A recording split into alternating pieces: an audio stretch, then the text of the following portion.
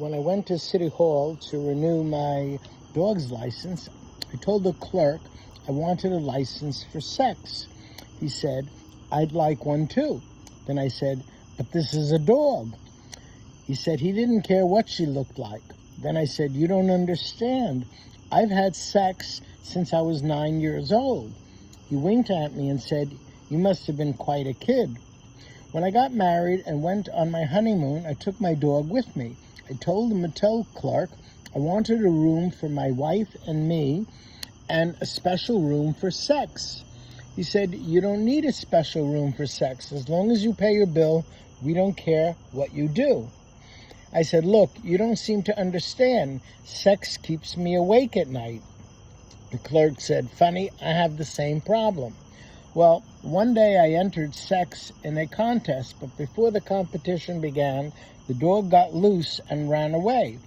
Another contestant asked me why I was just standing there, looking disappointed. I told him I had planned to have sex in the contest.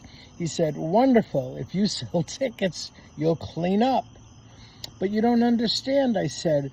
I want to have sex on TV. He said, they already have that on cable. It's no big deal anymore.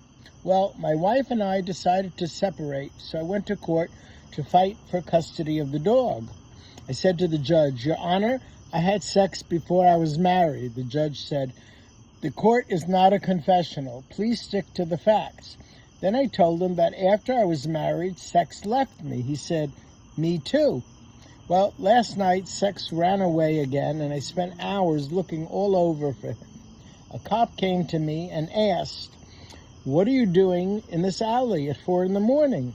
I said, I'm looking for sex. Well, my case comes up next Friday.